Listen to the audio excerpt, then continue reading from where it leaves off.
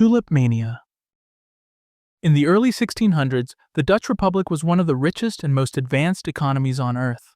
But somehow, the most popular and dangerous investment became flowers that hadn't even been dug up yet. Tulips were rare, fashionable, and impossible to grow quickly. As more people became interested, prices rose. People stopped buying tulips because they liked them and started buying them because they believed they could sell them to someone else for more. Eventually, most trading wasn't in actual flowers at all. It was in contracts, written promises to buy tulip bulbs months later, after they were dug out of the ground. These promises were traded in taverns during winter, often with no money changing hands up front. Prices spiraled into insanity. A single rare tulip bulb sold for the value of a comfortable Amsterdam house. Some professional traders tied up every cent they had in these contracts. Merchants bet years of income on prices continuing upward. Then, one day at an auction in Haarlem, everything changed. No one bid. Confidence collapsed instantly. Buyers walked away from contracts. Courts refused to enforce payment. Prices vanished almost overnight, and some people lost everything. Trust was the only thing holding the market up, and it all disappeared in a single moment. South Sea Bubble. In the early 1700s, Britain thought it had discovered a shortcut to incredible national wealth. The South Sea Company promised exclusive trade with South America, gold, silver, and exotic goods, while offering to take over Britain's national debt in exchange for shares. Politicians promoted it. The royal family endorsed it. Everyone seemed to agree it was an amazing idea. There was just one problem. Britain was at war with Spain. Trade was basically impossible. But the story was powerful enough to override reality. The stock price soared. Even Isaac Newton bought in, afraid of missing out. When confidence finally broke, the stock collapsed. Newton lost around £20,000, the equivalent of millions in today's money. Ordinary people lost everything. Clerks, widows, and shopkeepers who invested their savings near the top were wiped out. Newton later said he could calculate the movement of the planets, but never the madness of people. Wall Street crash. The 1920s were a golden age. Stock prices climbed every year, and ordinary Americans believed they had found the secret to easy wealth. Banks offered a dangerous deal: put down a little money, borrow the rest, and buy more stock than you could afford. If prices rose, you kept the profits. If they fell, you owed everything back immediately. Millions took the deal. As long as prices climbed, everyone won. Then, in October 1929, prices dipped. Brokers demanded their money back. Investors had to sell immediately, which pushed prices down further, triggering more demands, more selling, more panic. Bankers stepped in, pooling money to buy stocks and calm the market. For a moment, it seemed to work.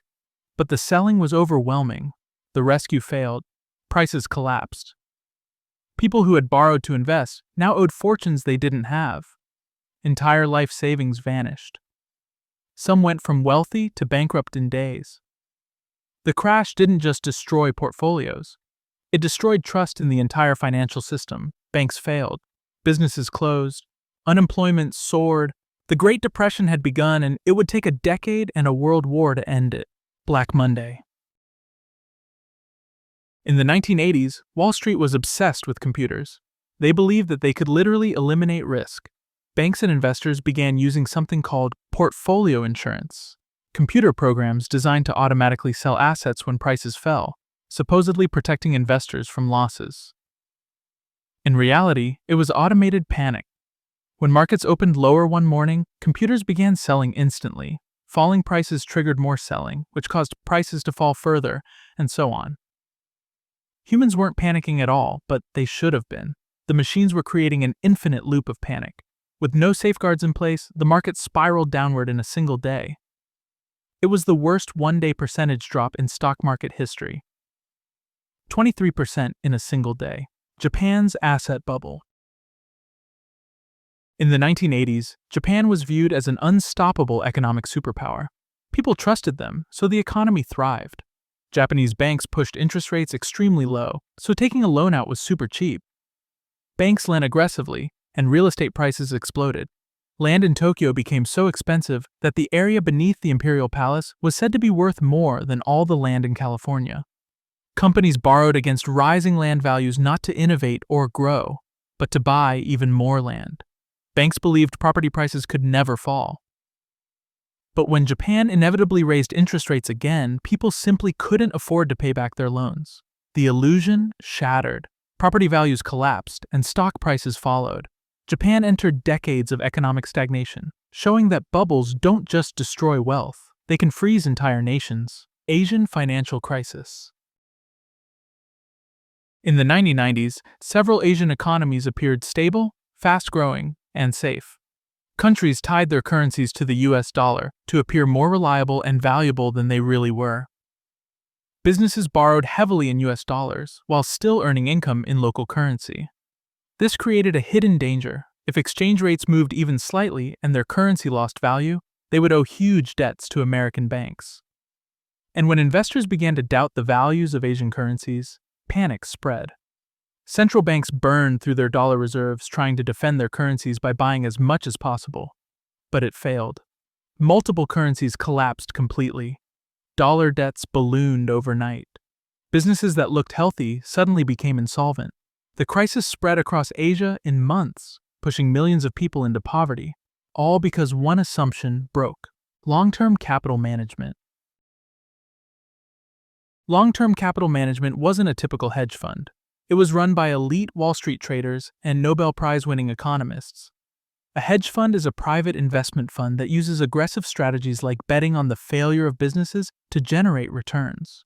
LTCM's strategy was based on finding tiny pricing differences between very similar bonds. The profits were small, so they borrowed enormous amounts of money to amplify them, meaning for every $1 they invested, they also used $20 of the bank's money, increasing risk substantially. Their models assumed markets would stay calm, but out of nowhere, Russia defaulted on its debt. Instead of prices moving closer together, they violently moved apart. Losses exploded instantly. Banks around the world were exposed. The U.S. Federal Reserve had to coordinate an emergency rescue to prevent a global financial collapse. The math was brilliant, but the assumptions were fatal. .com bubble. When the internet emerged, it promised to change everything. Investors believed that being early mattered more than being profitable. Companies went public with no earnings, no business models, and sometimes no revenue. Just a website and a vision. Money poured in. Valuations soared. Then reality arrived. Investors realized most of these companies would never make money. Stock prices collapsed. Trillions disappeared. The internet changed the world. Believing every internet company was worth billions destroyed it. Is this exactly what we're seeing right now with AI? Enron. Enron was once considered the smartest company in America. Originally an energy company, it reinvented itself as a trading powerhouse, using their profits to buy and sell other companies, and making huge profits on paper. That reinvention allowed it to use aggressive accounting methods to record future profits called mark-to-market. Sounds complicated, but it basically meant they could record profits immediately, even if the cash didn't arrive. They were telling everyone they had more money than they really had. Losses were hidden inside fake partner companies to ensure that Enron's stock price only ever rose. But eventually, reporters started asking questions. Confidence cracked, and the entire company collapsed within months. Enron filed for bankruptcy. Employees lost jobs and pensions, and one of the world's largest accounting firms was destroyed alongside it for helping to cover up all the lies. Barings Bank. Barings Bank was older than modern finance itself. Founded in the 1700s, it survived wars, empires, and helped build America itself. But it couldn't survive one single trader. Nick Leeson was supposed to make small, low-risk trades. Instead, he started making unauthorized bets, investments he didn't tell anyone about. When they lost, he covered it up with a secret account and doubled down, hoping to recover them. Eventually, the losses grew to over $800 million, way too much for the bank to ever survive. After 33 years in business, the bank collapsed in just a few days, all because of one man. In '95, the bank was sold for just $1. Bernie Madoff. For decades, Bernie Madoff delivered steady, predictable returns to clients that trusted him with their money. The investors loved his consistency. There were no bad months, no surprises.